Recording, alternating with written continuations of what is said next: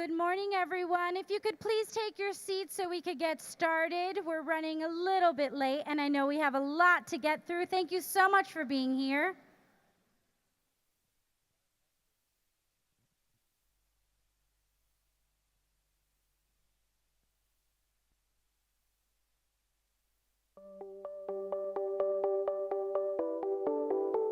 Welcome to KIS International School. We are a thriving early years to grade 12 full IB World School located in the heart of Bangkok with more than 750 students representing over 52 nationalities. KIS was founded in 1998 as a primary school with just one building. Since then, we have grown to integrate all age groups and offer a challenging curriculum. We are proud to be the only school in Bangkok to offer all 4 IB programs. The Primary Years Program, Middle Years Program, IB Diploma Program, and most recently, the Career-Related Program. The early years are a magical time in a child's life. And at KIS, that means starting with a personalized and balanced approach to learning with one teacher for every 8 students, developing critical thinking and problem-solving skills that help students excel across all disciplines.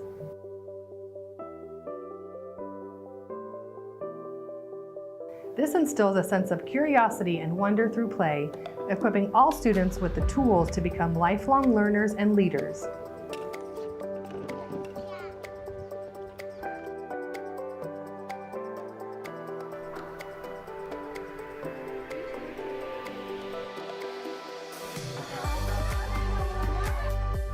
Our lush campus is spread out over more than 25,000 square meters. Featuring well-equipped facilities including science labs,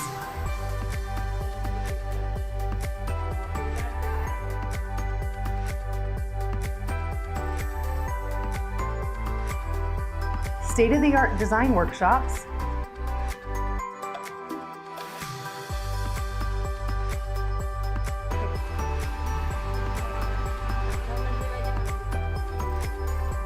studios for art and drama,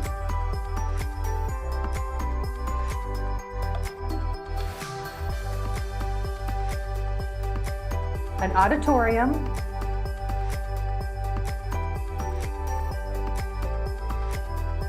and an acoustically designed Audibox.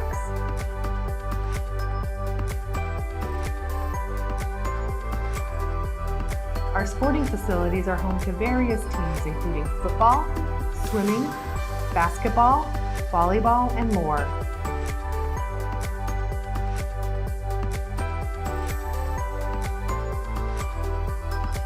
KIS is a warm and tightly knit community, and here individuals feel at home in our vibrant and dynamic school.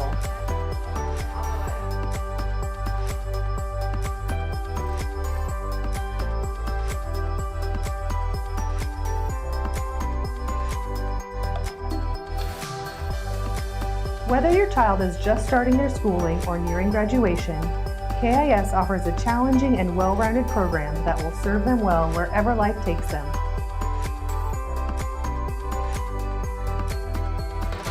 Come, discover how KIS is inspiring individuals.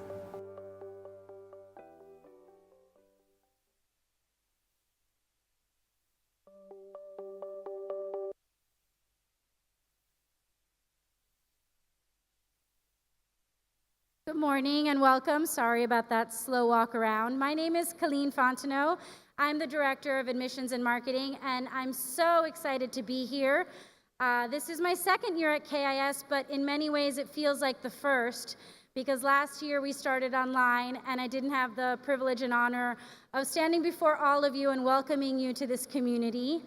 I moved here a year ago from Sao Paulo, Brazil, where I was the part of a founding team of an innovative project-based learning school, and I'm really excited to be here at KIS. I have 2 children here that are in 7th and 9th grade, and I have had 1 year of experiencing this wonderful community, seeing my children thrive academically and adapt, and so I wish nothing but the same for you and your families and your students, and thank you for trusting us with their education. Today is intended to orient you so that your children come to school, and you as well, feeling slightly more confident tomorrow, knowing hopefully where to go and seeing a familiar face. I wanted to thank the Student Council and student ambassadors for volunteering the day before their last day of vacation, and they're here with us today. So on the next slide, you'll see our agenda for the day. Once we're done in this room at around, sorry, it's the next slide that has the timing, at around 9:30, we're going to break into 3 groups. So all of the primary parents, you'll stay right where you are.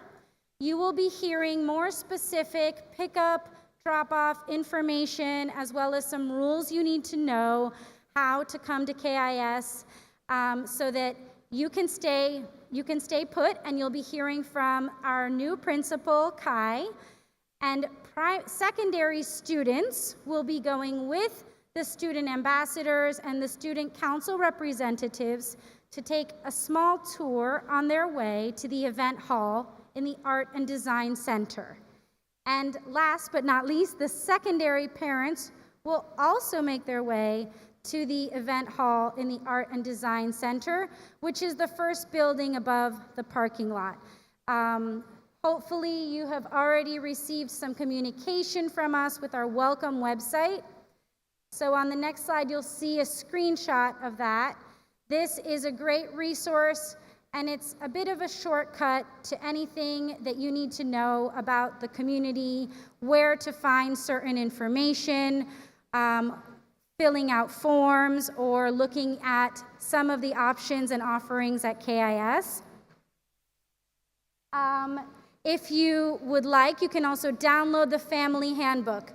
This is, we kind of call it our Bible. It's all the rules and regulations, all the agreements between families and school, and it's intended to be a resource so you know who to call or email when you have any questions or you have any problems. We are cognizant that problems will arise. You just need to know who to speak to when that happens, and we hope that today you have a better understanding of how the school is run. And this is an image from the book that is a very good resource, so if you have any questions of who to reach out to when, you'll see their name, their phone number, and their email.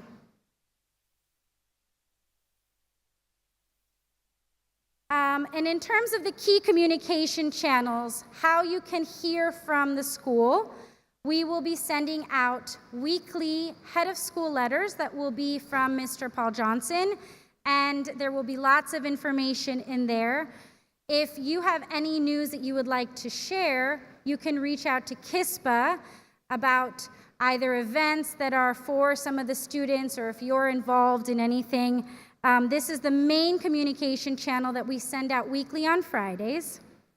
We also use SMS for any important updates or reminders. So please make sure that your cell phone number that is registered with the school is up to date. And you'll be hearing more about the other parent education events that we have on campus to help you learn about the IB curriculum and to really feel welcome and a valued member of our community.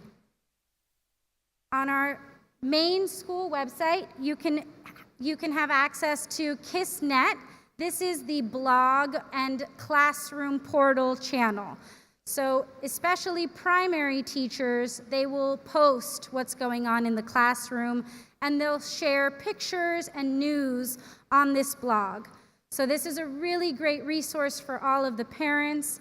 You'll get to see what's going on in the classroom, because we understand just how important that partnership is, and the more involved you are, the more you understand, the more your students and your children will be successful and thrive at KIS.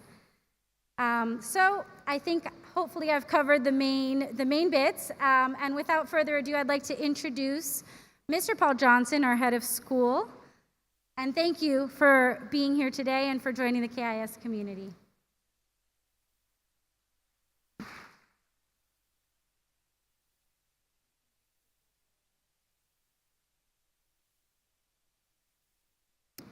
Good morning, everyone. Really wonderful to see everyone. And a couple of notable things for us at KIS, besides having a very large new family cohort coming into our school, is that after a few years, we are a lot more normal than we have been because of the pandemic. And I'm sure where you are coming from, you also have endured a couple of years of less than desired ways of living and being in school. But we got through it, and as the expression goes, what doesn't kill you makes you stronger, and that's definitely what I think has happened here. I've been very excited about this day because for us, it kind of kicks everything off, and the energy that you're all bringing as new families, I think, is really important for any school, to keep that flow and keep new ideas and new experiences, and it really adds to the diversity of our community. So thank you very much, and as Colleen said, thank you for trusting us. You trust us maybe a little bit in advance, but we will work very hard not to betray any of that trust and to help your child or your children have a wonderful experience, and you too. So as parents, you're part of the community, and our job also is to make sure all members of our community are part of the school. So I'd like to tell you a little bit about me, not too much because that would be boring, but just enough. I have, after 9 years of teaching in the United States, I have now, particularly in hindsight, I have embarked on a career in international education. And it has found me in a number of countries around the world, and as you can see, a lot of Asia, I've lived in Asia a long time and certainly love Asia.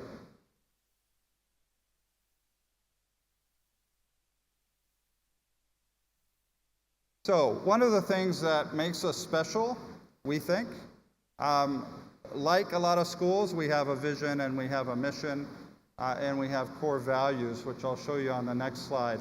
But at KIS, we're really proud of these statements because they mean something to us. They're not just words on a screen, but they're something that we use to filter major decisions through.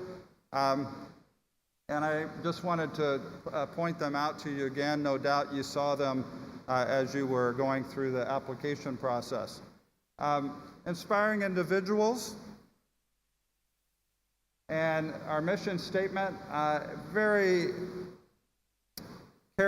each word, I would say, has been looked at to reflect what we want from our school. Our core values, all of these are important. Striving for understanding, I think, gets at what we want to listen. We want everyone to have a voice, and through those two main ways of working with each other, that leads to that understanding. Ethical school, there's lots of ways to look at that, but we want and are a school that will work to be as ethical as we can. Nurturing passion in self and others, that gets back to our vision, inspiring individuals. But again, it's not just about the students, it's about all of us. And lastly, creating a caring and inclusive community. And if ever there was a time for us to really be doing this, it's now. So all of you are new to the school, but all of the returning parents that you will meet in the coming weeks and today also are coming to school after a couple of years of not really being on campus very often. So we have a great opportunity to kind of get back together, and you're a big part of that. So just some brief information of kind of overarching aspects of our school. Do want to let you know in the area of health and safety, this is we've put a lot of energy into this. We do in any year, but in particular, we have over the last few years. We have 3 full-time nurses on campus, which for a school of about 800, that's a really good ratio.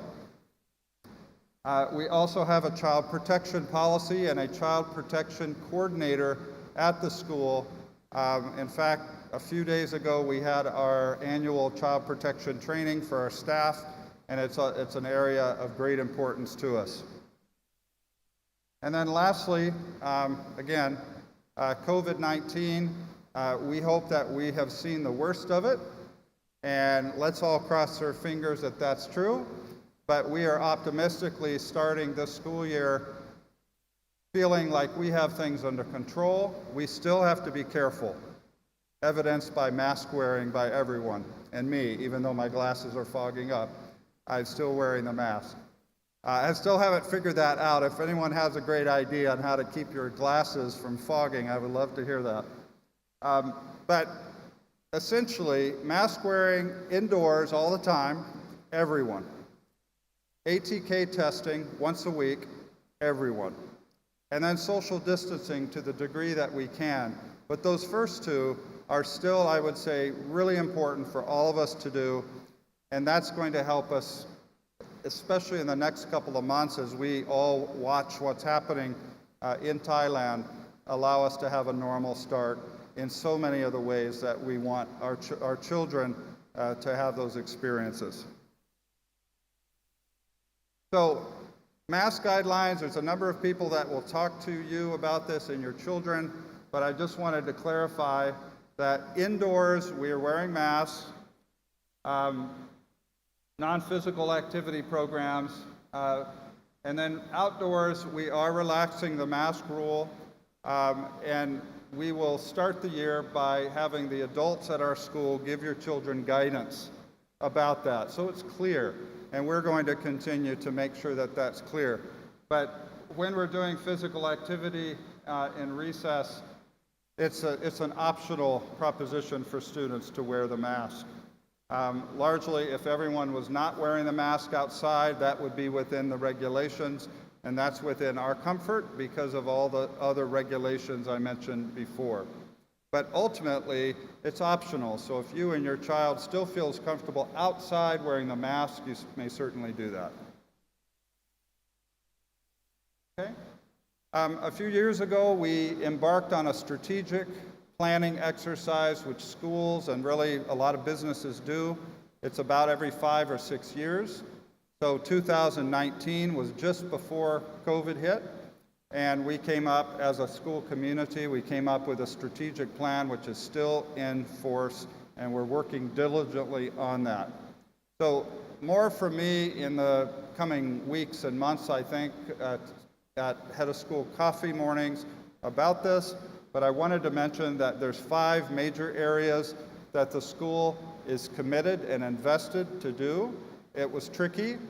Some of these didn't move quite as far along as we would have wanted them to during COVID, but nevertheless, a lot of gains have been made. In the areas of student programs and approaches to teaching and learning, in the area of community safety and well-being, in the area of, well, the way we phrased it is basically bringing us together as a community and really working on being as cohesive of a community as we can.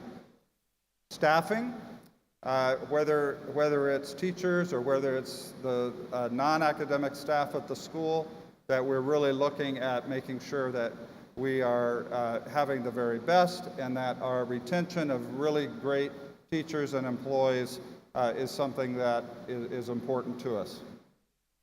And then lastly, financial sustainability and visioning. And of course, COVID taught us that that's a very important thing to do, is to make sure your financial house is in order and that good value to all of you is a really important thing for us to be delivering. And so that's part of that 5th area as well. So 4 kind of focuses of our strategic plan. intentionally staying medium-sized. I mentioned we're about 800, so that's not likely to go up by much, but we're very comfortable being what we would describe as a medium-sized school that really does promote a sense of community in a way that a really, really large school has a harder time doing. Quality teaching and learning, you will begin to see us really focusing on that. Not that what had happened before wasn't that, but we see areas where we can continue to improve, and that's the focus there. Nurturing global citizens, making sure that everyone in the school is valued and is contributing, and we are a school that is greater than the sum of our parts. That's what that one is getting at. And I mentioned just a minute ago, a school of value. As parents who are paying a good tuition here, we want you to see the value for that. And we believe that you will see that.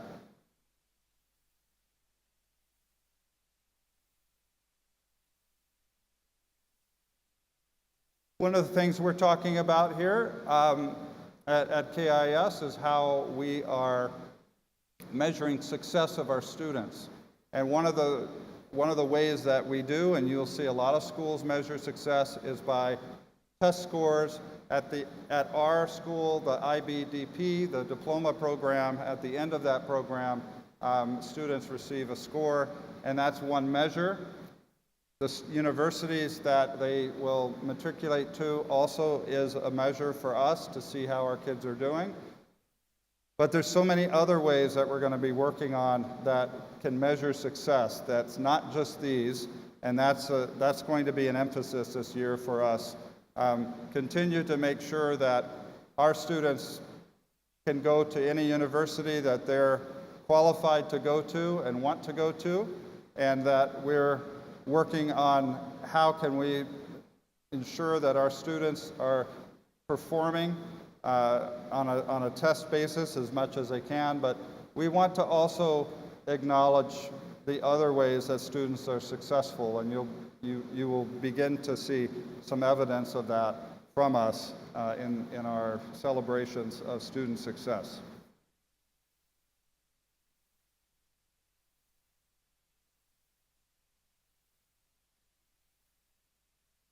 Okay, I'm very happy to announce, and hopefully you knew this already, that as a full IB school, usually when you say that, you're talking about the PYP, the MYP, and the DP. There is a fourth program, the career-related program, which we all last year we were going through the authorization process, and we're very happy to begin that program this year. This is a grade 11 through 12 program, which now gives an option to our older students about a particular pathway they may choose. And you can see we'll have more information about that, but we are the only school in Bangkok to offer all four programs, and we're very proud of that.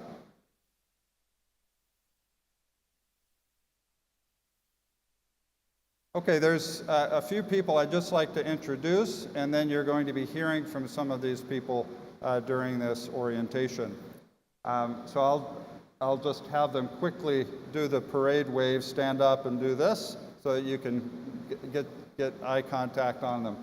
So Kai de Raquel is our primary school principal. She'll be speaking later.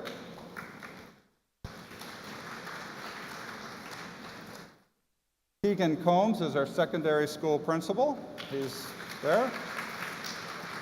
We did not call each other, by the way, to make sure we dressed alike, but it looks that way. Jerry Campbell is our primary school vice principal. Jerry's in the back there.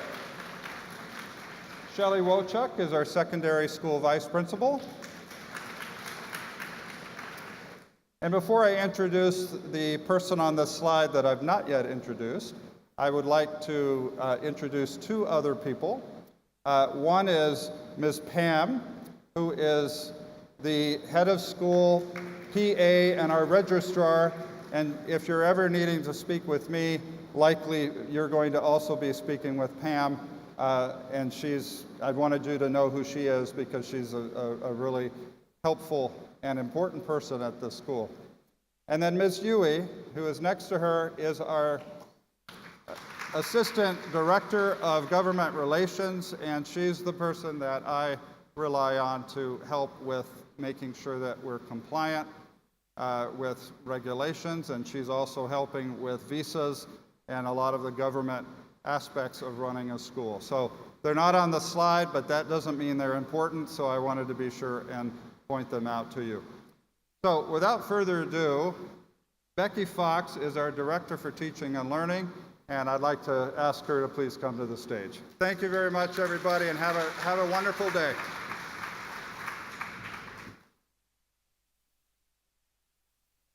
Thank you, Paul, and welcome to all of you. As Colleen was saying, this feels like a whole new year for me as well. I've been here for 1 year, and this is my first face-to-face start at KIS, so it's very, very exciting. Next slide, please. What I want to do this morning is just introduce myself and explain a little bit about my role, which might not be familiar to many of you. I have been in education for a long time, as you can see there. I have been in senior leadership for a long time, and I have been head of school for a few years as well.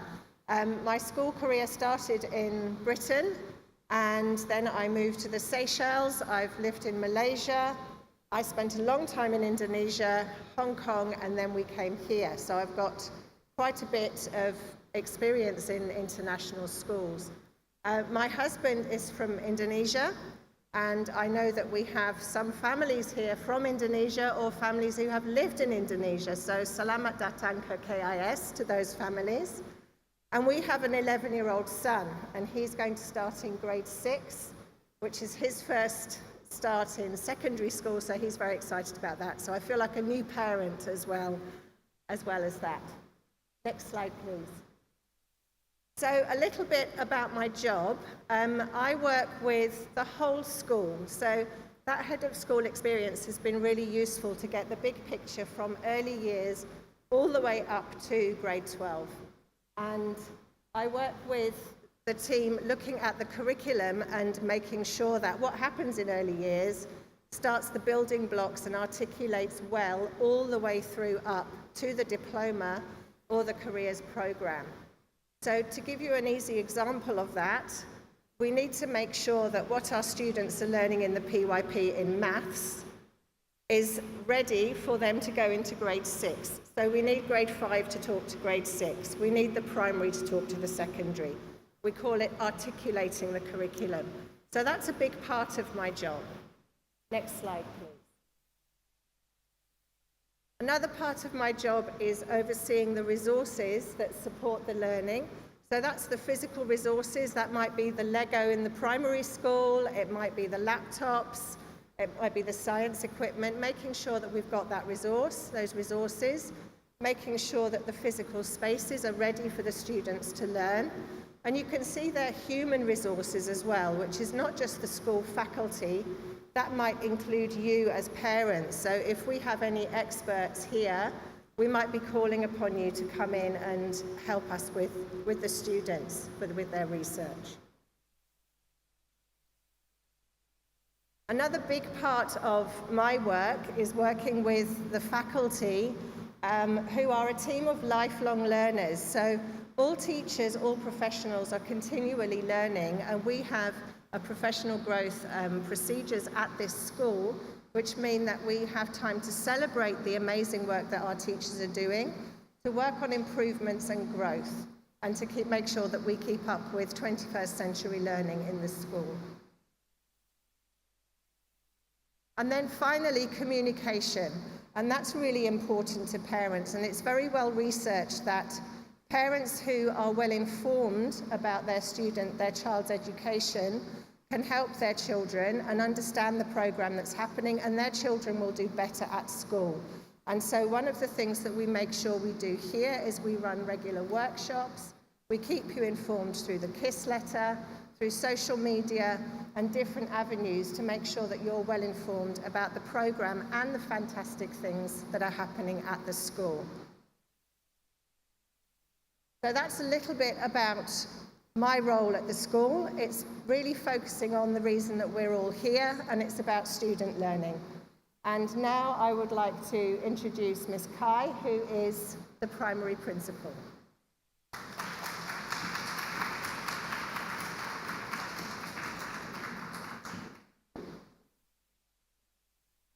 Good morning, everybody. Thank you, Becky. My name is Kai Durikel, and I am the new primary school principal. I'd like to tell you just a little bit about myself because I am also new to the KIS community.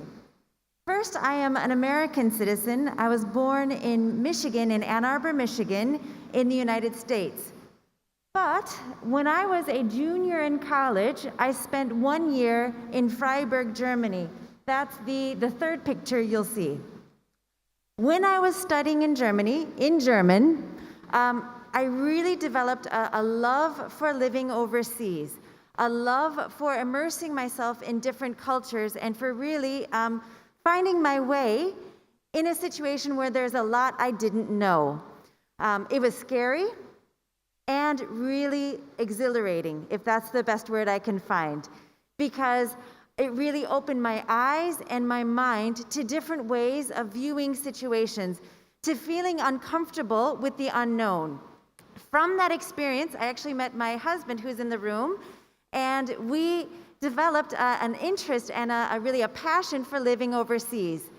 Together, we visited a number of countries. First, it was Germany, then Bangladesh, then Zambia, and that's where we became parents, and most recently in Saudi Arabia.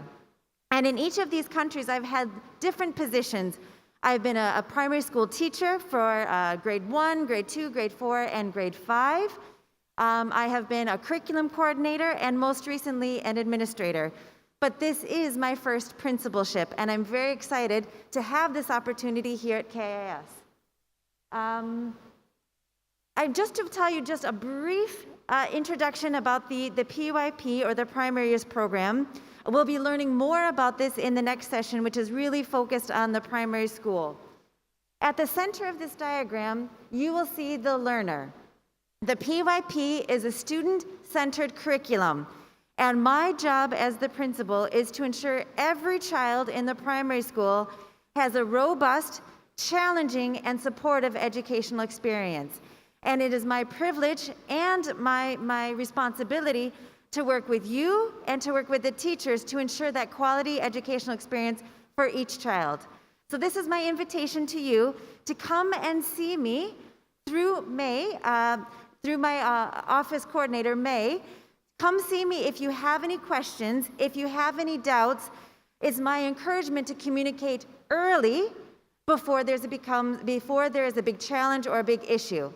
Communicate with your child's teacher and communicate with me. We are here to help you have a positive experience here at KIS. Next, I'd like to introduce Keegan, Mr. Keegan, who is our, okay, thank you. I'm getting some points. All right, let me tell you who is other key members of the primary school leadership team. We also have Mr. Jerry Campbell, who's in the back. Both Mr. Campbell and I will be talking more about the primary school in the next session. We also have Ms. Jennifer Jacques, who is our PYP coordinator. She has been here in the school for a number of years, but this is her first year as the PYP coordinator. We also have Ms. May, who I told you is she is the primary school office coordinator, the PA, and she works in the primary office along with Ms. Aim, whose picture is not here. We have Ms. Marie, who is the student support coordinator, and we have 2 counselors this year. We are very fortunate to have 2 counselors in the primary school. First, we have Ms. Amber, who was in the room previously. Here she is, back in the back here. Ms. Amber is our primary school counselor, and we also have Ms. Amanda Long, who is working at the primary school as well. Really focusing, here we are, really focusing on that transition, the grade 5 to grade 6 transition, to support a smooth transition from the primary school to the secondary school. And now I'd like to introduce Mr. Keegan. Thank you.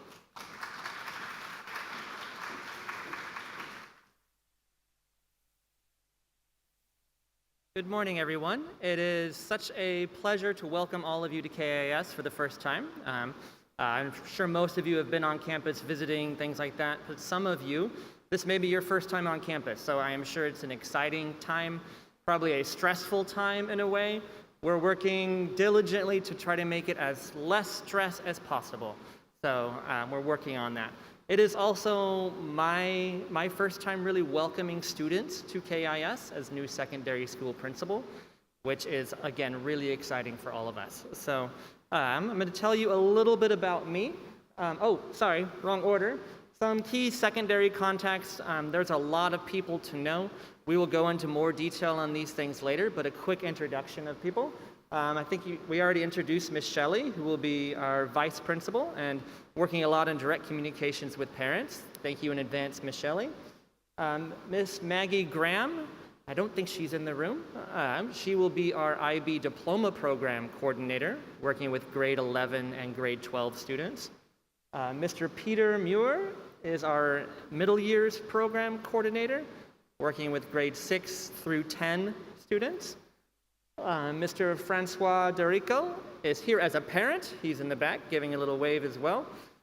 He's a parent and also IB Careers Program Coordinator. We are blessed with a great team of counselors across the whole school, including in secondary. We have 3 dedicated secondary counselors who work with students on both social emotional learning and especially university entrance and applications. So Mr. Scott Long is one of the, Scott Lassie, working on it. We're really good at first names, working on last names. So Scott is joining us this year from International School of Manila. Mr. Carl Gavin will also be one of the counselors. He's been at KIS quite a long time. Miss Christina Alcos is in the back over there. Thank you, Christina. She's one of our counselors as well. And we've already talked about Amanda Long, who works grade 4 to 8. Do you want to stand up and wave again? Or bow again? She will be working on supporting students across that transition from primary into secondary school. So a really strong team of people. Last person on this list is Miss Natty. She works in our secondary school office. Many of you may have received emails from her with login information or class information early this morning. She is working really hard to get things set up. And please make sure that when you see her in the office, give her a quick thank you if you get an opportunity for that. That's a lot of work. She's doing a great job. And she helps manage a lot of communication that you will be receiving and communication from you about absences, all those details. All right. A quick little information about me as secondary principal. Prior to this, I was head of school and also secondary principal at an IB school in Bali, Indonesia. That is my family in traditional Balinese clothing before we left in a family photo. I have experience leading in the MYP and the diploma program across multiple schools in Indonesia and in China before that. I am joined by my wife, Annie, and we have 3 children, 2 of them in secondary school, grade 6 and grade 8. So I'm excited to be involved in KIS, both as a parent and as a leader, and they're very excited to start and learn a lot about KIS today. I'm passionate about student voice. IB, at the core of IB is student voice, agency, involvement, choice, and balance across the programs. So I'm excited about that and passionate about that. Building community, I know we are all very excited to focus on building community together this year, especially returning to a bit more of a normal situation. I really prioritize relationships, building trust, getting to know everyone, and supporting students learning in the classrooms, and getting to know the students as quickly and as well as I can. A little bit about the programs. I know there's a lot on here. I'm not going to read that all to you. It's there, but in the IB, we offer 3 programs in the secondary school, the IB MYP, the IB DP, and the IB CP. Being a full continuum IB school is such a wonderful opportunity because things align across the whole school. There's not much There's new things for grade 6s coming up, for example, but it's very similar in philosophy to the primary years program in terms of students as inquirers, asking questions, finding their information, doing research, and exploring things that they are interested in. Balance. Students across the whole program take a wide range of courses. You can specialize and become really skilled in some areas, but you have to be balanced across all of your IB courses, which really sets IB apart from other learning programs and curricula. Assessment. Students having opportunities to show their learning in a wide range of ways, being creative, again, doing research, presentations, group work, collaborations. Of course, there are exams as well, but that wide range of opportunities to show their learning is really important in the full IB programs. Empowerment and choice, like I had talked about, community, which we've talked about a little bit, and passion. One of our values, nurturing passion in self and others, opportunities to find those passions in the classroom and outside of the classroom in activities, and getting engaged and finding your passions and interests is something that we really value and are excited to do with all of our new students joining, helping you get connected and develop your passions. All right, that's a little snapshot. We'll tell you a lot more in the more secondary specific section. All right. I'm going to introduce a few people next, and then one will come up and speak. Our student services team is Kun Ja is our director of student services. I'm sure you've all received communication there as well. Dr. Puk is our director of ICT. And Kun Big is our director of finance and facilities. Sorry, I didn't give you a chance to say hello. Big, you want to give a wave? Ja? Ja in here? There's Ja in the back. Kun Ja. Dr. Puk? Out, okay, all right. A lot going on as we try to start the school year as smoothly as possible. And last but not least is Lucas Rivera, our Director of Athletics and Activities, who is joining us today. I'm proud to welcome Lucas. Welcome, Lucas. Thank you, everybody.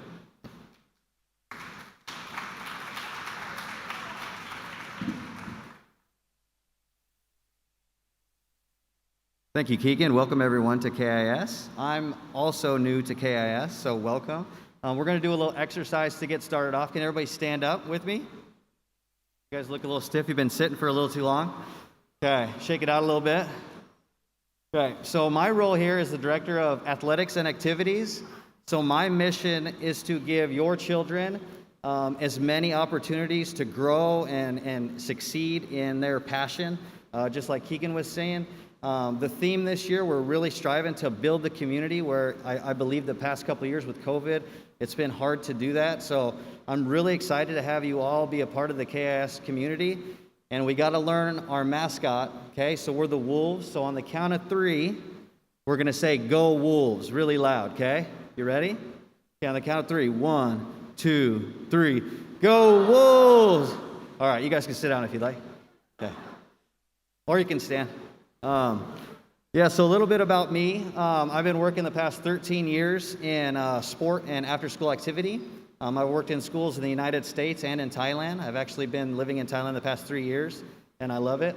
Like I said, my mission is to just give your children an opportunity to find their passion and have fun after school. So I think we do an amazing job with our education and that portion of the day.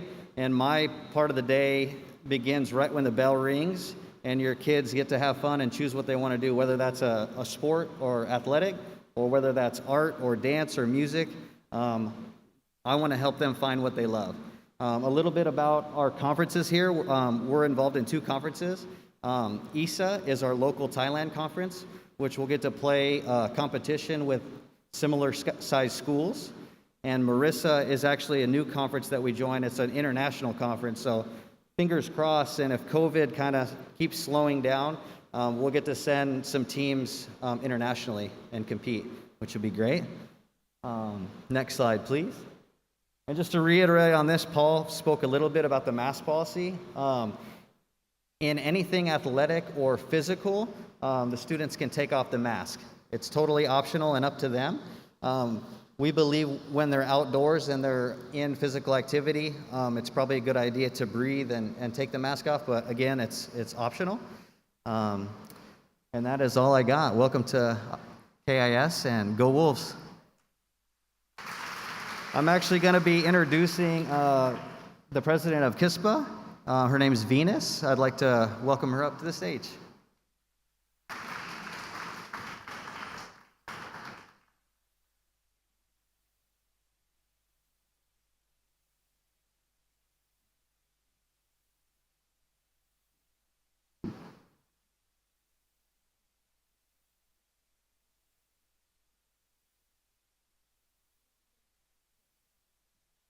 Good morning, everyone.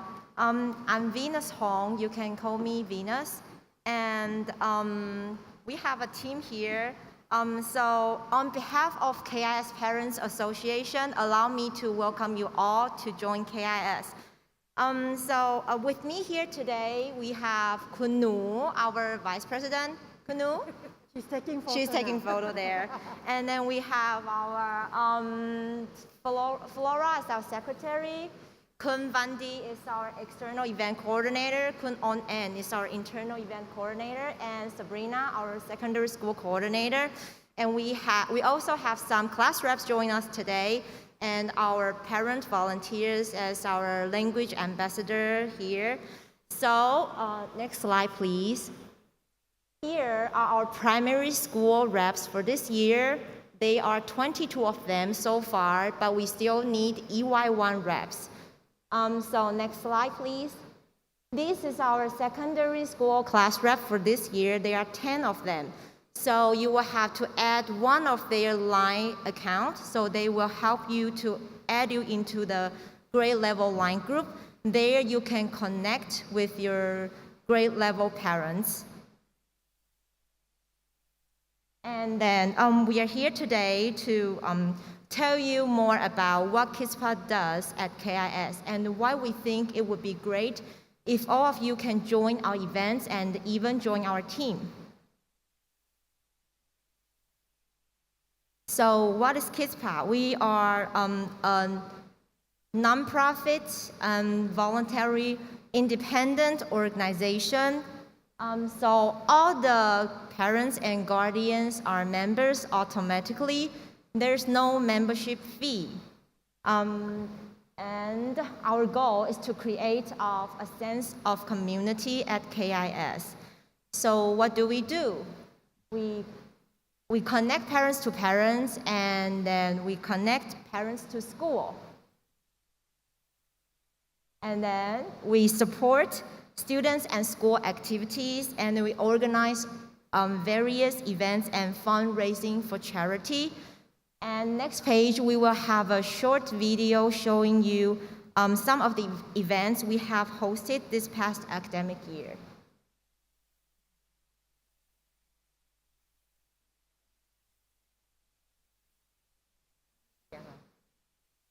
Sorry, do we have sound? There's no music.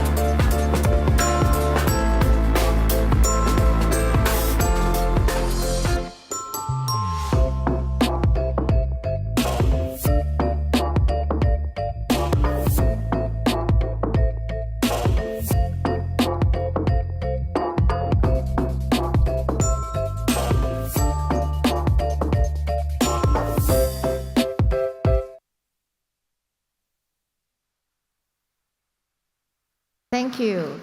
Now I would like to highlight some of the key benefits for you when you come join our several events. So we will have a Welcome Back to School with KISPA event where we will help new parents and families to get to know our community more. So we have class reps here today and we have KISPA committee. You can talk to them after your sessions this morning. Next slide, please. Then we also organize workshops and book clubs to share knowledge and foster strong bonds between our parents and create a sense of community. So here is a KISPA workshop, Parenting Teens in the Age of Social Media. So we're talking about social media because one of the parents, she wants to know more about this, so we organize this workshop. And then another photo would be book club. So we have book club with our PS counselor. We are talking about parenting topic.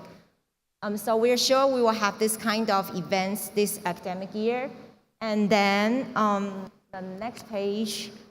So we also help parents to share knowledge and experiences across the grades. And then we work with the school to share knowledge with parents about the various IB program here.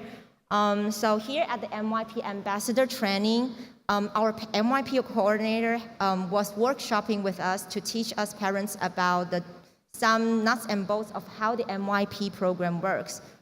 So the last page, here are all the ways you can contact us, but at the very least, please join your grade level line group because you can connect to your grade in the group.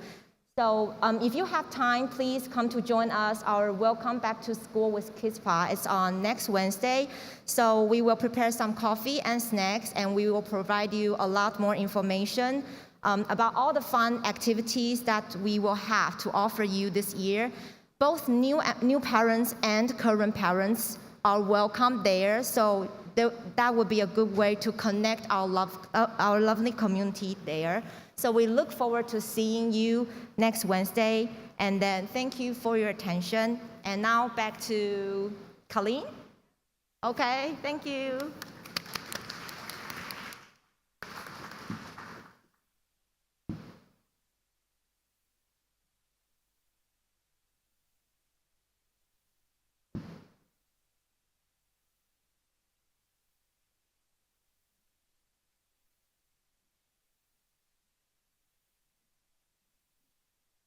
Okay, so I'd like to first ask all of our secondary students to please stand up and make your way to the entrance.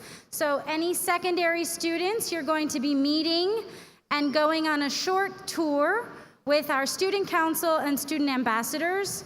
You can meet in the foyer and head off on your way over to Event Hall 2. Primary parents, you can stretch your legs, grab a cup of coffee, but you're going to be staying in the auditorium for the primary parent orientation. And secondary students, you may also stand up and make your way to the foyer. I will be accompanying you as well as some other members of the admissions team, and we will head over to Event Hall 1 for a secondary parent orientation. Thank you all so much for being here. Make sure to check your email for communication of upcoming events. KISPA already announced the Wednesday event. Thank you so much.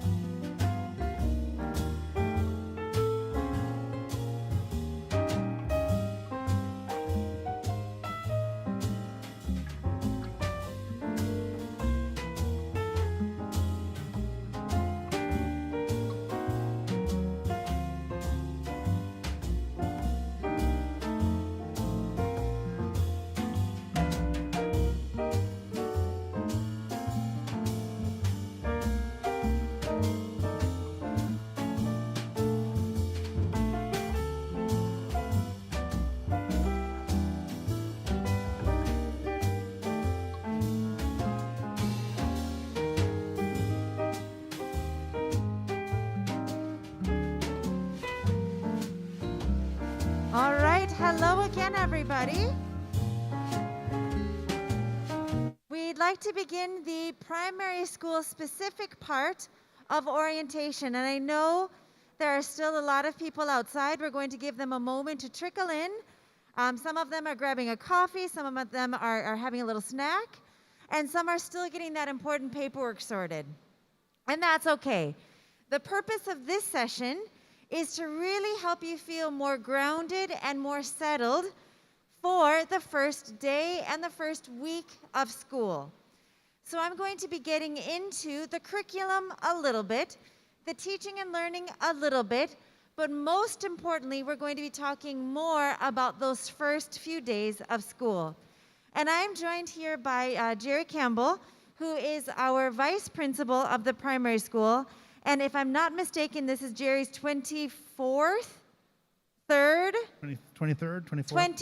year at KIS. And so he knows the school very, very well. But just because he's been part of the school for 23 years doesn't mean that each of those years has looked the same. No, not by any means.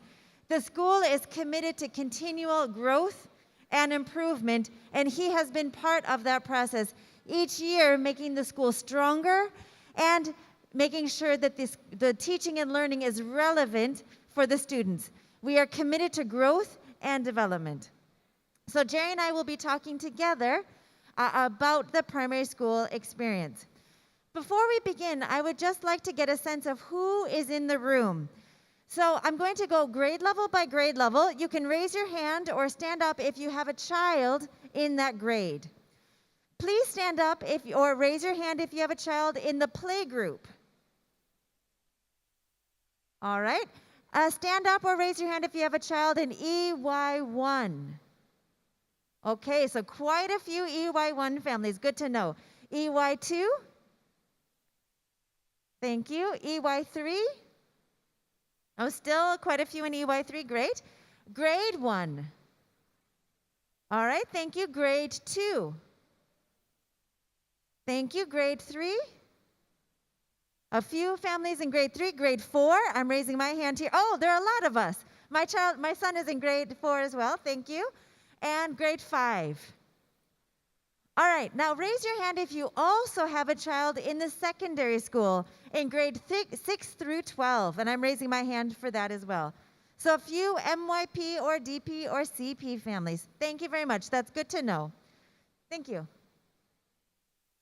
So as Mr. Paul shared earlier, our school is committed to our vision and our mission. And what we might say is that we are vision-driven. We are driven to inspire individuals. That is at the core of every single thing we do. But we are also mission-bound, meaning we are held accountable to our mission. And this is what grounds us as an educational institution. If we go back just a moment, this picture here was taken, if I'm not mistaken, last year during our PYP exhibition. The exhibition is the culminating event in the primary school, meaning every 5th grade student at an IB PYP school around the world will participate in the exhibition. And in the exhibition, the children choose something that they are passionate about, something they want to learn more about through a 6 to 8 week process. And in that time, they talk to experts. They take action. They research. They think critically about a global issue that has local relevance. And you'll see in the back there, the Sustainable Development Goals, the UN Sustainable Development Goals. They are grounded in some of the most challenging issues around the world. And so these students are presenting their learning. And as you can see, it's about climate action.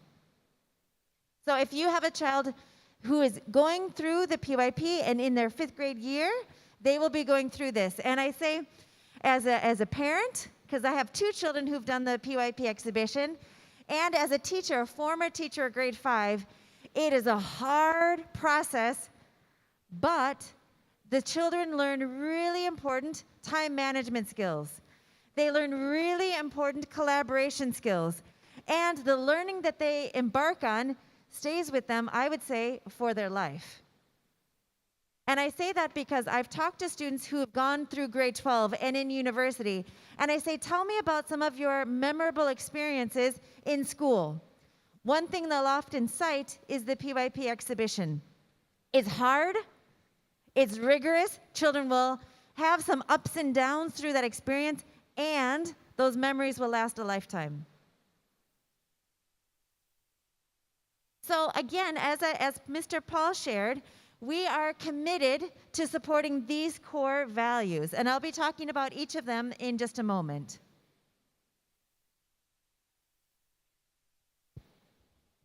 But before we talk about the core values, I would like to share that our school has created a definition of quality learning. What does it mean to have a high quality learning experience? And I'll let you read that for just a moment.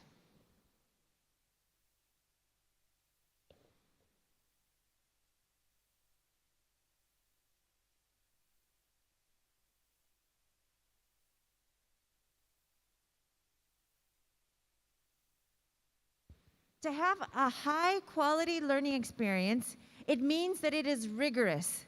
It means that it is challenging. Children develop not only the knowledge and the understanding, but also the skills and dispositions to go further with their learning. And we know that each child in our school, each child throughout the grade levels, they're at a different place in their learning journey in all aspects of the curriculum, in math, in reading, in writing, in literacy, in swimming, etc. And what we do is we understand where the children are and we help them take that next step. We are committed to ensuring every child has a high quality experience, again, regardless of where they are in their learning journey. Add to that, Jerry? Yeah. Oh, if we could just go back one slide. That we have parents here, I think it's really important. We talk a lot about partnerships, and I think if you as parents are looking at the core values, there's a lot of ways that you can have opportunities to see how you can support your children and through the core values. For example, striving for understanding. That also, if your child is struggling with their understanding, that's a really important thing to share with your child's teacher so we know how we can support your child at home. Also, extending their understanding. Often parents have expertise in an area where they can extend that understanding, so knowing what your child and how your child is learning at school is an excellent opportunity to be in partnership with the school. As with nurturing passion, those passions that you have, if you can share those passions with your child and share them with the school. We're always looking for passionate, inspirational speakers. Parents to come in and share that with our community is really important. Whether it's with your child's grade level or with any grade level within the school, we really want parents to be sharing those passions, their talents, their expertise with us. Taking action ethically. We have values as a school, but also you have your own family values, and that's really important. Our values are often centered around the learner profile.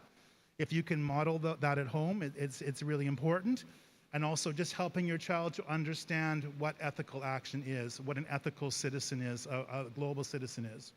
And finally, creating a caring and inclusive community. We can't do that without your support. That one's pretty self-explanatory. Great. So the next slide, I'd like to tell you just a little bit more about myself. I know in the previous talk where we had the more people presenting, I shared just a little glimpse into myself, but here are some of the things that I am passionate about and that are nearest and dearest to my heart. So first and foremost, I'm a mother of 3 children, and I'm married to my husband, Francois, who's a French speaker. So we are in a multilingual household, so I think many people in this room can connect to that, where I'm a native English speaker. My husband is a native French speaker. We're living in Thailand where there's a 3rd language. Can anybody relate to that? I see some people nodding, saying, yeah, we're in a similar situation. We have our 2 daughters that we adopted in Zambia when we were living there, and then a biological son who's in grade 4. So this is my family, and we took that picture on a road trip in Saudi Arabia. Then there's a picture I took of a sea turtle, that's a green sea turtle, while I was scuba diving in Saudi Arabia in the Red Sea. I love swimming, so I feel like I've been swimming most of my life. I was a competitive swimmer starting from the age 7. And I swam through, well, that's not through, I swam in college for a couple of years at Michigan State University, so I love the water. But I'm afraid of the open water. And so I'm very comfortable, but when I'm in the sea, I'm afraid. So I had to overcome a hurdle there to be able to immerse myself underwater with this sea turtle. I had to overcome the fear of the open water. And I did, because it's worth it. And I did it with my daughter, my middle daughter. She and I became scuba certified together just last year. And so I'm really looking forward to spending time in I think it's called the Gulf of Thailand, exploring the underwater marine environment there. And I hear it's just magical. And I can't wait to explore, but each time I'm standing on the edge of the boat, or each time I'm standing on the beach, I have to take a deep breath, collect myself, and tell myself I can do this. Because even though I've done it many times before, each time it's scary once again. So I have to become a risk taker to be able to experience that. And it's worth it. And I say that this is a passion of mine. It's something that I'm really committed to doing, but it's scary each and every time. And for our children, they will have to overcome challenging situations themselves. Sometimes daily, sometimes once in a while. And we are there to support them, help them overcome that challenge, to help enrich their lives, to make them stronger, make them feel more self-sufficient, and to really open their eyes, minds, and hearts to all the beautiful things our world and our school has to offer. Next, there's a picture of some pottery. Maybe about 4 years ago, I developed a new passion, which is throwing clay, is what you say in the pottery world. It's making pots and bowls and mugs, etc. with clay. And the reason I started is because a friend of mine said, you know what, Kai? Pottery is really tough. And I said, how tough can it be? No, turns out it's really, really tough. And I spent many hours over the last few years developing this skill and further understanding the beauty that comes with throwing clay. Now, I say it's beautiful, the experience. If you look at my finished products, you might be like, not sure it's so beautiful. Give me time, I'm still practicing, I'm still learning. And it's something that I really enjoy doing. As a parent here in the school, I'm proud to tell you, or excited to tell you, that your children will also have experiences working with clay in the primary school art program. I believe it's therapeutic, it's messy, it's hard, and it's wonderful. Next, I have a picture of me riding on a bicycle with a Peloton, a small group of women where we were training together to develop strength and endurance together in the early morning, I guess in the early morning before work.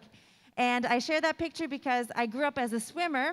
I don't love biking, but I did it to become stronger and fitter and to be part of a community. So those are just some personal pictures I wanted to share with you. Thanks. Now, a little bit more about the primary years program, and you'll notice there are some pictures that go with the image, or go with the words, and that's to show you a little bit about, or give you a glimpse into the experiences your child might be having. So first and foremost, the PYP is an inquiry-based program, meaning children will ask questions and seek answers to their questions. That is at the core or at the heart of inquiry. With that, they develop agency, meaning that conviction or that fire to learn things and to go deeper in their learning. They develop that independence and, most importantly, those critical thinking skills. To question information, to question sources, to think about different perspectives and consider how different points of view might actually influence their own point of view. The learning is engaging and it's very relevant. And again, I tell you, KIS has been around for over 2 decades. The learning is changing and it's evolving. The learning experiences evolve each year to remain relevant to this group of learners, and to be aligned with our curricular expectations. At KIS, we have small class sizes, up to, I think at most, Jerry, I think it's about 20 students at most in a class. Sometimes we might have 21 or 22 students, but currently I understand there are no classes greater than 20, which means children get a lot of support throughout the day.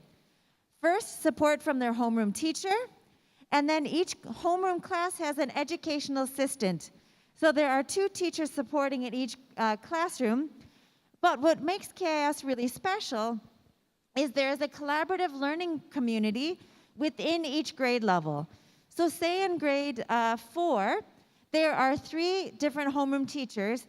The students have regular opportunities to come together across those 3 classes to learn alongside one another. And through these experiences, we can have a greater differentiation, meaning greater attention to the students' interests and perhaps skill level, depending on where that support is needed. When we think about learning support, there is support for students in different aspects of the curriculum. We have EAL support, so children who are learning English as an additional language, there is support for them. If children have a learning support need in terms of, say, reading or writing or mathematics, we have support from Ms. Marie for that as well. Also, we have our counselors. So Ms. Amber is still in our room here. We have our counselors who go into the classrooms on a regular basis to provide guidance lessons.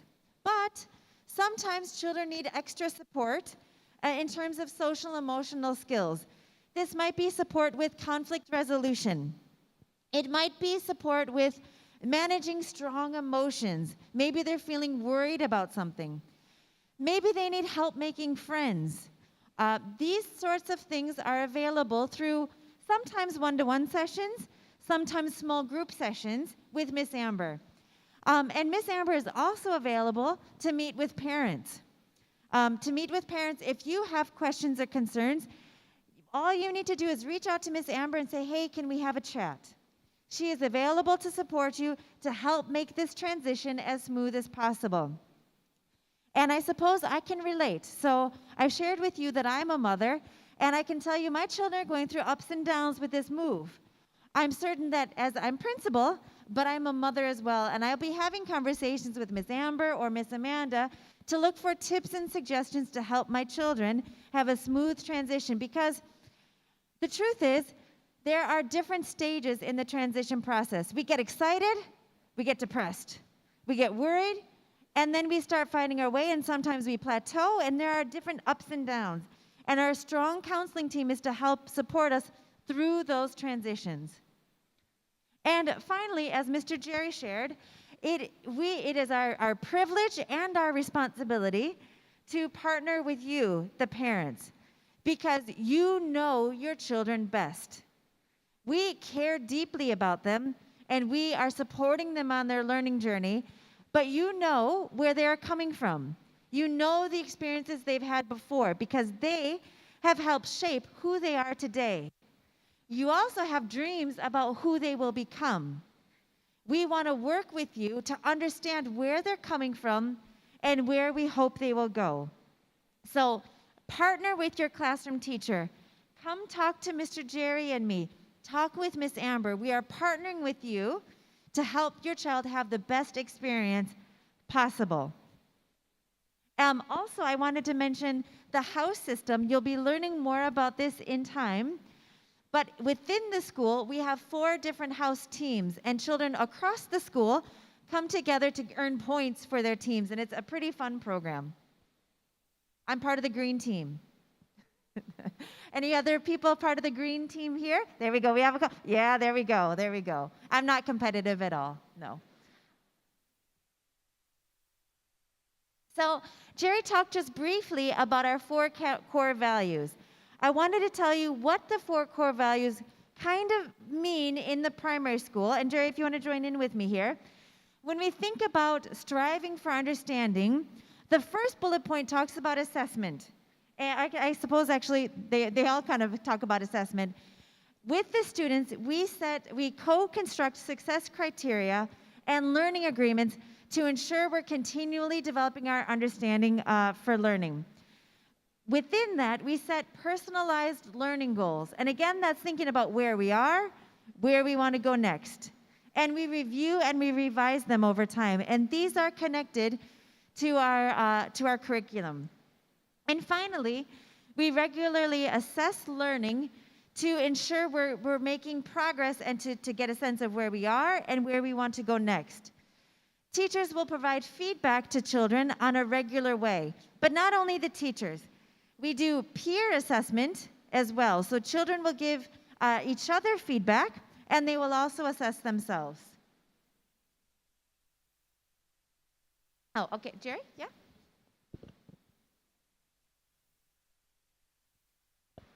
Just wanted to add a little bit about the goal setting. In term 2, we do what's called a 3-way conference, which will be with the parents, with the teacher, and with your child. And that's where they will share their goal setting with you. Prior to that, you would likely have seen your child's goals. However, that's where they reflect on their progress within the goals. So that will happen in January when we come back after the December holiday. And the goals are very specific to each individual child. So in EY1, a goal for an EY1 child might be to increase their circle of friends so that they're playing with 2 or 3 students instead of just 1, or they're trying to explore new centers in the classroom. Often in EY1, they may prefer to go to only 1 or 2 centers, and a goal might be to expand on that so that they go to 4 centers. So you'll be aware of your child's goals, and again, in partnership, you can work to help your child achieve those goals, and we can reflect on them in January. But the goals go throughout the whole year. So next, thinking about what does it mean to take action ethically? So there are lots of different ways that children can take action within the PYP, and that infographic highlights some of the different ways that your child might take action.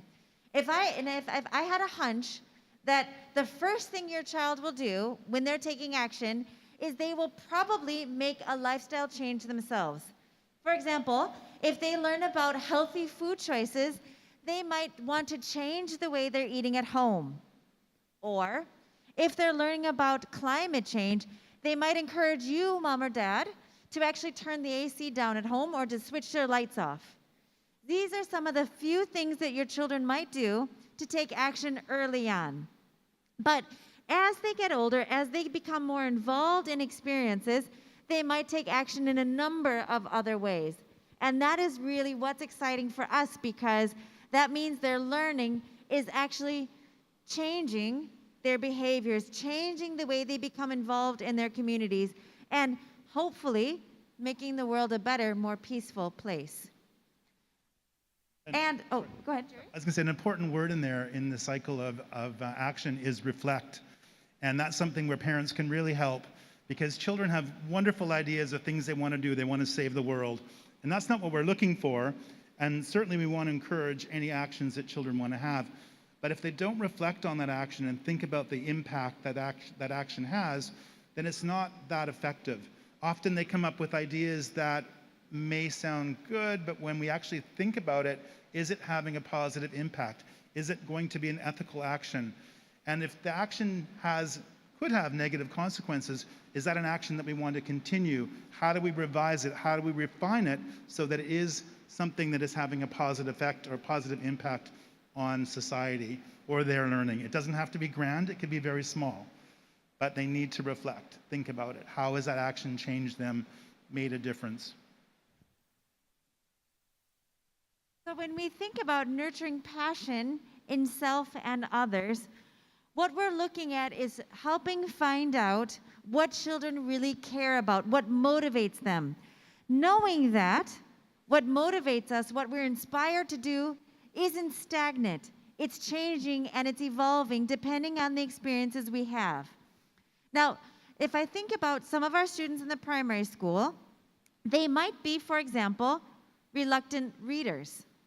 There are some children, and I'm thinking about my own children, one of them is a voracious reader. We cannot keep books out of her hands. Another of my daughters, she doesn't really care to read right now. And I'm trying to change that. Working with the librarian, working with her teachers to help develop that thirst and that love for reading. And I'm hoping in a couple years' time, this narrative for her will change, that she will become an inspired reader, a passionate reader, through the different experiences that she has. It could be becoming passionate, say, about electricity, passionate about robotics, passionate about swimming, who knows what. We want to expose the children to different experiences and help them find their passions that might actually long-term turn into a career pathway, something that they want to do as a contributing member of society when they're in their 20s or 30s.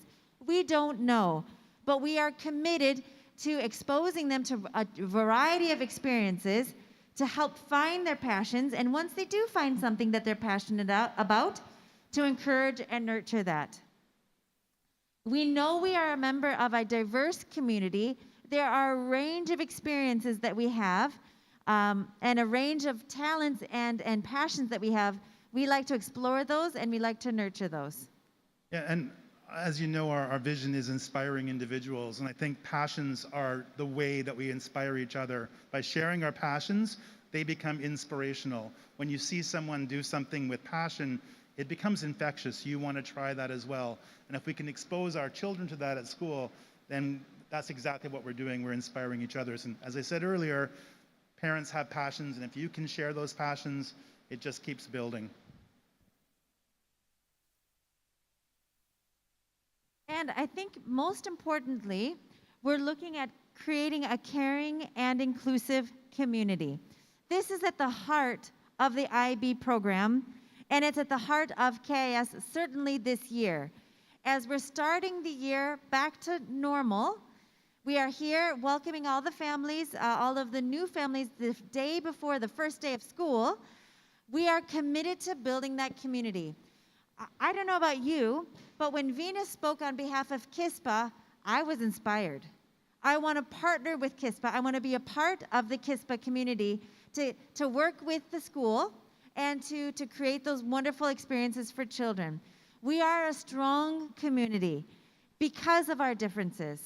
We are a strong community because of our diversity. But because of this, sometimes there are different perspectives. Sometimes there are different views on things. It's important to talk about these, explore these, and it's through our differences that we become stronger. We need to be open to different perspectives, and we need to be willing to develop our intercultural competence. This is something that we really explore in the classrooms, and it's at the heart of who we are as an international school, at the heart of what we do as an international school community. And I think most importantly, it's important to know that each parent and each child is significant and they belong in the KIS community. Our counselors work to help us overcome any challenges we might face, but we are very much committed to making sure everybody feels that belonging and that significance as a member of the school community. We are inclusive, and we do care about every member in our school. I think I've met quite a few parents through the admissions process, and I have meetings with parents. That hasn't always been consistent with the COVID protocols. So if I have met you, I've probably talked about this with you, but it's really important and bears repeating. A caring community comes with the understanding that we have to respect every individual in this community. And it's very easy to point fingers or to lay blame or to mention other children in a negative way, and that's just not something we do here. We look at every child individually, and we try to solve problems collectively and as a community.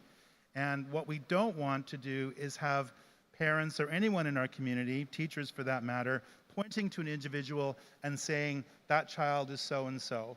And we hear it, but it's something that we don't tolerate.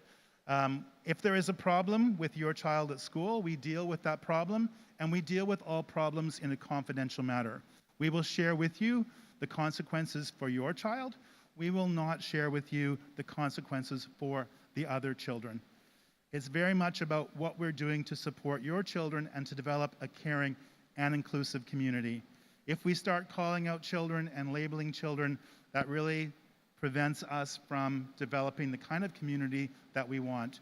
Rest assured, we deal with every problem and we support with our counselors children through a process. What happens in the primary school is often parents like to use the word bullying. It's very developmental. Children will always have conflict. Conflict is a normal part of child development. And our job and our responsibility is to ensure that we work with the children to develop their understanding of conflict resolution so they can be successful adults. And the only way we can do that is if we all work together to create a caring and inclusive community.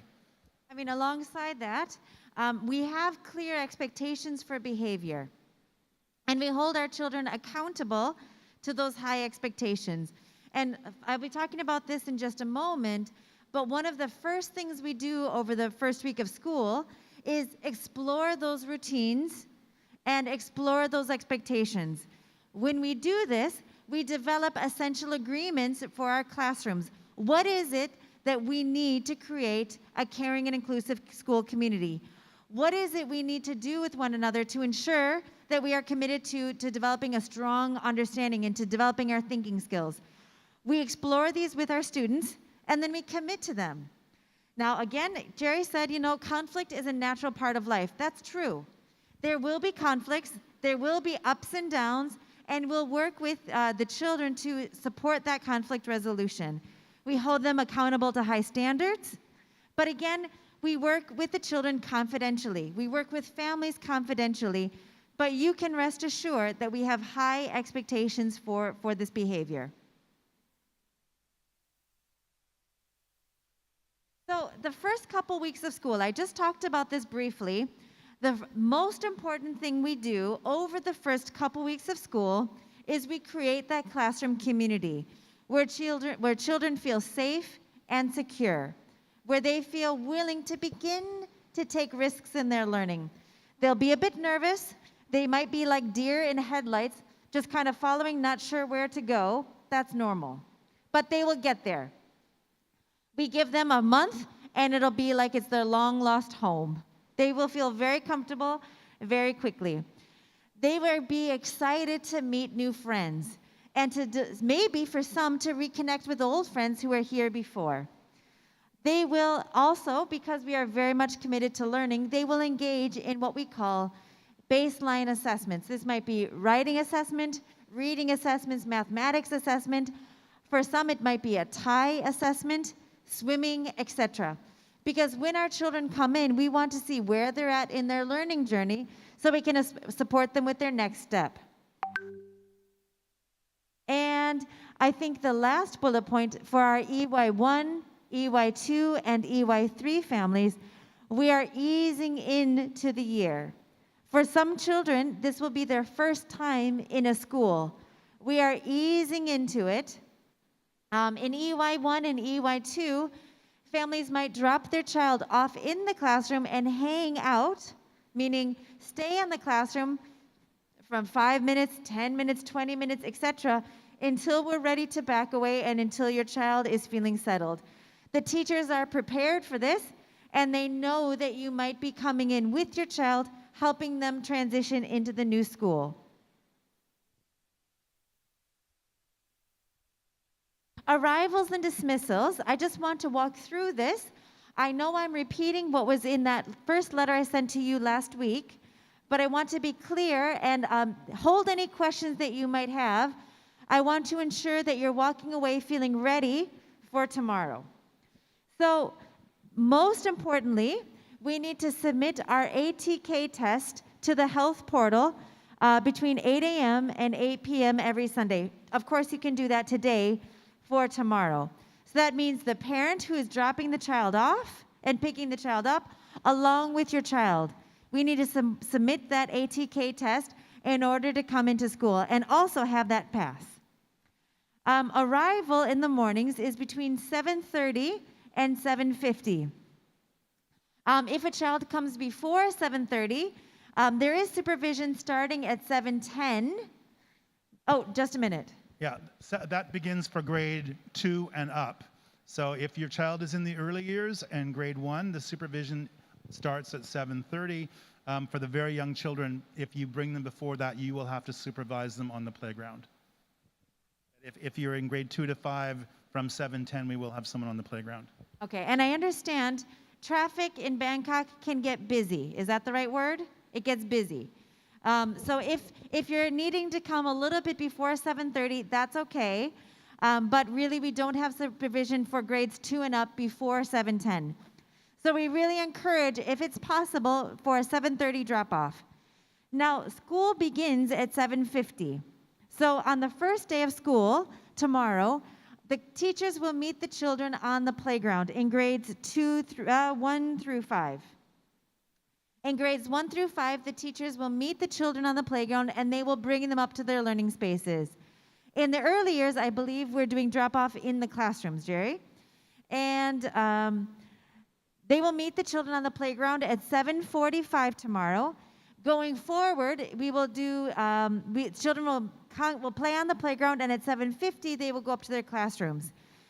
If you are running late and you will not be here by 7:50, there's a 10-minute late pass system. So children who arrive between 7:50 and 8 o'clock can get a late pass. We would ask that if you're going to be significantly late, meaning beyond 8 o'clock, please call the primary office to inform them that you will be late that day and maybe the reason for that. Same goes if your child will be absent. If your child will be absent, please email Ms. May and your child's homeroom teacher to inform them of that absence. If you are going to be absent for more, if your child is going to be absent for more than 2 days, please communicate with me and we will talk about the reason for that absence. If it's a sickness, that's one thing. If there's something else going on, a personal situation, I'd like to talk with you about the reason for that absence. We really encourage family vacations or trips to take place during the school holidays. Now, when it comes to pickup, early years 1 has 2 different pickup times. There's the early pickup and the later pickup at 12:30 or at 2:30 for that extended day. For all other grade levels, we have pickup at 2:30 each afternoon. And the pickup is from the classroom. So parents will go to your child's classroom at the end of the day if your child is going home with a parent and a personal transportation. If they're going home on a bus, they will actually be brought to the bus monitor by the classroom educational assistant. Okay, so again, two ways. If they're going home with you, you will go to their classroom to pick your child up. If they're going home on the bus, we will take them to the bus monitor. Yeah, I think to just bear with us because I know that the parking situation is going to be challenging. Likely it will ease up once the after-school activities start in a couple of weeks' time. That usually takes about 30 to 50% of the children till 4 o'clock. So until then, the 2:30 pickup time is going to be quite challenging, but it will only be for a couple of weeks and then it should ease up. If it remains a problem, we will try to look for ways to make sure that we can facilitate it in a way that works for everybody. It's been 2.5 years since we've sort of had regular pickup, so we'll just see how it goes. Next, I know when Ms. Becky was speaking with us, our Director for Teaching and Learning, she talked a bit about communication in the school. And I wanted to further reinforce some of the ways you can count on us to communicate with you. So we have regular communication from the head of school and from myself, the primary principal. Also, within the grade level teams, there will be weekly updates through the Google site, which has also been called a blog. That's available through KISNet, and it will be password protected to support data protection for your children. So we will share with you the way to access your class's Google site and the way to get into that later this week or within the next couple weeks. That will be ready for next week. Also, in early September, we have a back-to-school day, not night, back to school event where it's a coffee morning with your child's homeroom teacher. Those will be scheduled over the last week of August and first couple weeks of September. We will share those dates with you shortly. Also, we have parent-teacher conferences and regular report cards sent home over the course of the year to share with you how your child is progressing in their learning. And the last thing I wanted to emphasize is that if you have a question about your child's learning, the first point of contact will always be your child's homeroom teacher. So if you have a question about your child, contact your child's teacher by email or have a quick chat with them when you're dropping your child off or picking them up, and that will be your first point of contact. If you have questions about the PYP, about the curriculum, about the standards, and you've already talked to the teacher, the next point of contact would be our PYP coordinator, Ms. Jen. If you have questions about how things are going in the school or you're not quite feeling settled about something, then you could talk to either Mr. Jerry or myself. And if you need help with settling in, you have questions about friendships, etc., again, Miss Amber or Miss Amanda, our counselors. Thank you. So those are the basic things that we think you need to know, but I am certain that all of you came here with questions on your mind, hoping your questions would be answered. Is there anything you're still wondering about that we haven't talked upon yet that you need to know to have a successful first day? What questions do you have for us?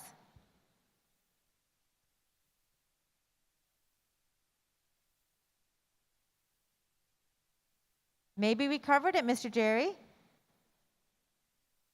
Oh, please. Just a simple question. When can we get the timetable for each class? Okay, so the question is, how do we get the timetable? Actually, Ms. Pam will be sending home a letter today to each parent for every grade level in the primary school. So in that letter, it's a very brief welcome letter with contact information for the teachers and the timetable. Okay, so there will be a letter coming today for each primary school grade level. Okay?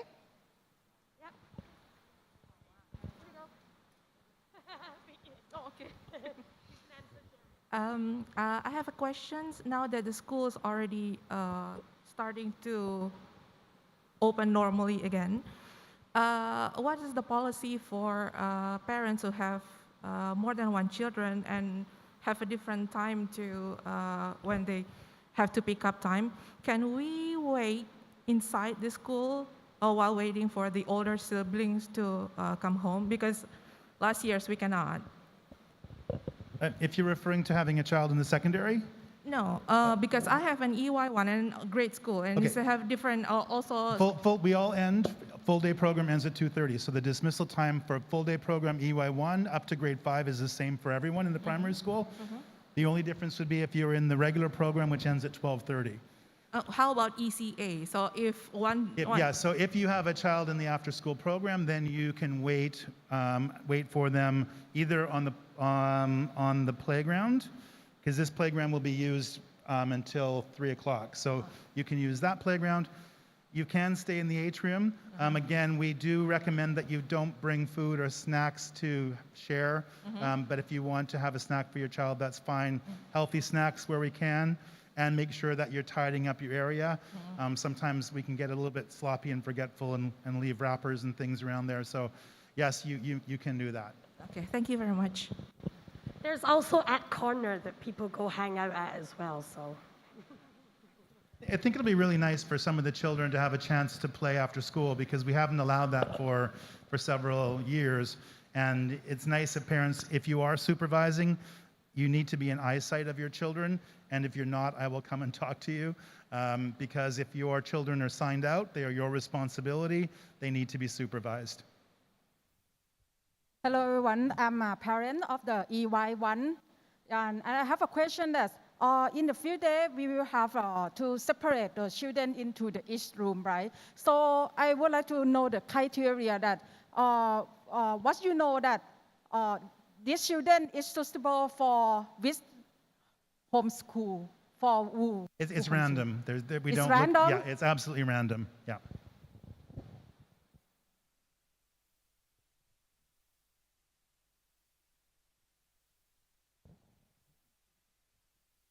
I would like to know about the schools around the secondary school to pick up the primary school, just in case that there are siblings. So if I understood correctly, the question is, can older siblings pick up younger siblings? Can secondary students? Yes. Secondary students can be authorized to pick up their primary-aged sibling. So yes, that is, through the admissions paperwork, I remember there was a place to indicate that. I don't know how they can, as time goes on, how they can communicate if there will be a different person picking up. Do you know, Jerry? Yeah, anytime that there is a different person picking up your child, please inform the office. Otherwise, we will not allow that person authorization to sign your child out. So we have the list of parents who are authorized. Often it's when maybe a driver or a nanny changes in the family. We need to make sure that that new person is authorized. And if it's a case of a driver or nanny and they're no longer under your employ, then please inform the school. They'll have to turn their badge in and we won't allow them on campus. That's really what we're most concerned about, that someone who is no longer part of the family is, we ensure that they're not coming into the building. And I can add on to that about after-school activities as well. You can't get your friend's parent to pick you up. Some people are saying, oh, I'm here to pick up such and such and such and such. We're not authorized to do that. If you are doing that, you need to let the office know. Let the Otherwise, office we know. don't allow it. Have a question here? Okay. Just wondering, when does the ECA start?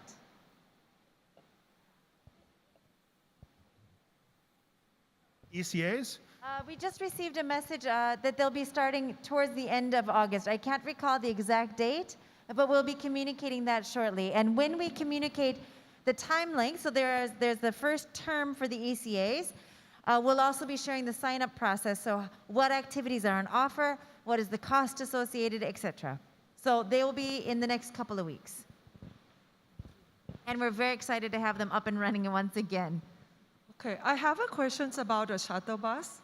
So because of the traffic, we want to try the MRT tomorrow. And so the shuttle bus operate yet. And if the parents can ride on the shuttle bus with a child.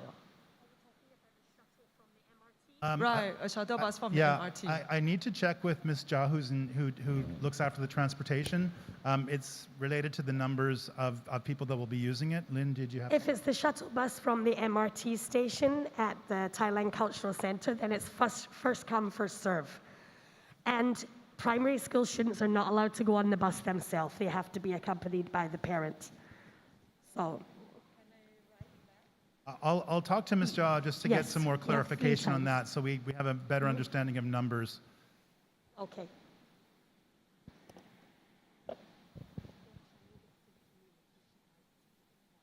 I also have another son in the grade 4. I think they're, as they progress through like later grades for the primary, what's the policy for the mobile phones? What's the policy for phones in primary? Yeah, we don't allow them. That's just the policy. So no student in the primary school. We know that they sneak them in. We found many in the bag. Sometimes they go off, the alarm will go off or it'll ring during class time. It's very distracting, so we don't allow them.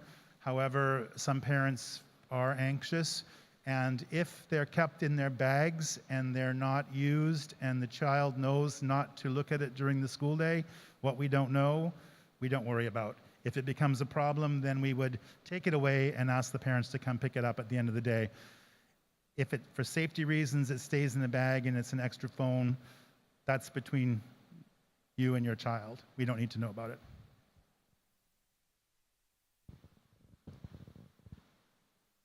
I'm just wondering about parking, because I always park towards that end where the security guard is, and I have a child in EY1, and I know they have a separate entrance. So if I want to park my car and bring her to her classroom, where do parents usually park other than that area? You can park anywhere, and you can use either entrance. So you can use the entrance over here if you want, or you can use the entrance to the primary. It's up to you which one you want to use. Yeah, both are available now. And bear with us as we're supporting families with parking. We know that we are all starting back together and our school has grown in size. And so we anticipate parking will be busy, especially this first week of school. So bear with us. If you have a routine that's worked well in the past for parking, maybe stay with that because you know how it works and you know your own traffic flow, and then just walk on over to the primary school. That would be my recommendation. Do we have any other questions? Yeah, one more. I'm going to ask about next week because I saw on the calendar that parents just drop off. Can we still walk with our kid? Okay, I thought like just drop off and buy. Okay. Okay, so what we called last year, we called it drive-through drop-off, where you could just come through, drop off your child. If you feel comfortable doing that and your child's comfortable, by all means, you can drop your child off. You do not have to park your car. If you've got parents that are in EY1 and EY2, I would suggest that you would bring them in. So for the young children, yeah, please park and bring your child in until they might feel comfortable in a few weeks that you don't need to do that, but it's your choice.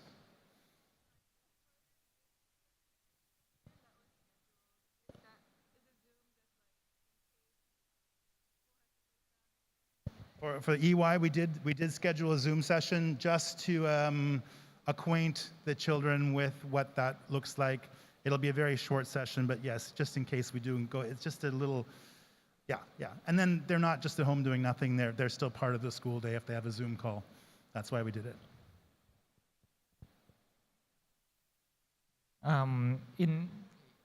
In the early years one's calendar next week, we will have one class. There will be days a class coming to school and another class staying at home, and there will be a Zoom session. What is that Zoom session? Because to bring in all the children the first day of school is a nightmare. A lot of children haven't been in school or haven't been in school for a very long time. It's very strange. It's unfamiliar. There were always tears for the first, I would say, week in the early years, sometimes longer. So just to get children settled into the routine, it gives the children a chance to get to know the teacher in a more intimate setting with fewer children there.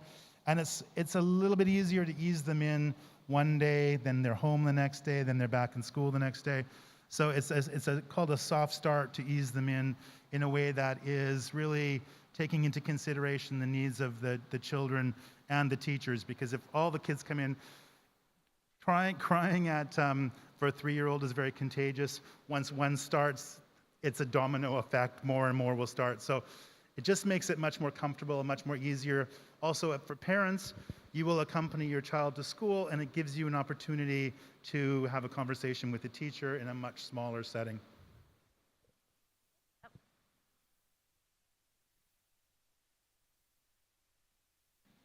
It's not working. Okay, it's working. I know we all hope for the best, and but we have to plan for the worst. So we would like to know if someone in the room got COVID or whatever. What's your plan or protocol? So what's our plan or protocol if somebody in the classroom, let's say, were to test positive for COVID? So we shared previously a link to our health and safety guidelines related to COVID. So where we sit now is if you are testing positive, so if your ATK test is positive, there's 10 days isolation and quarantine at home.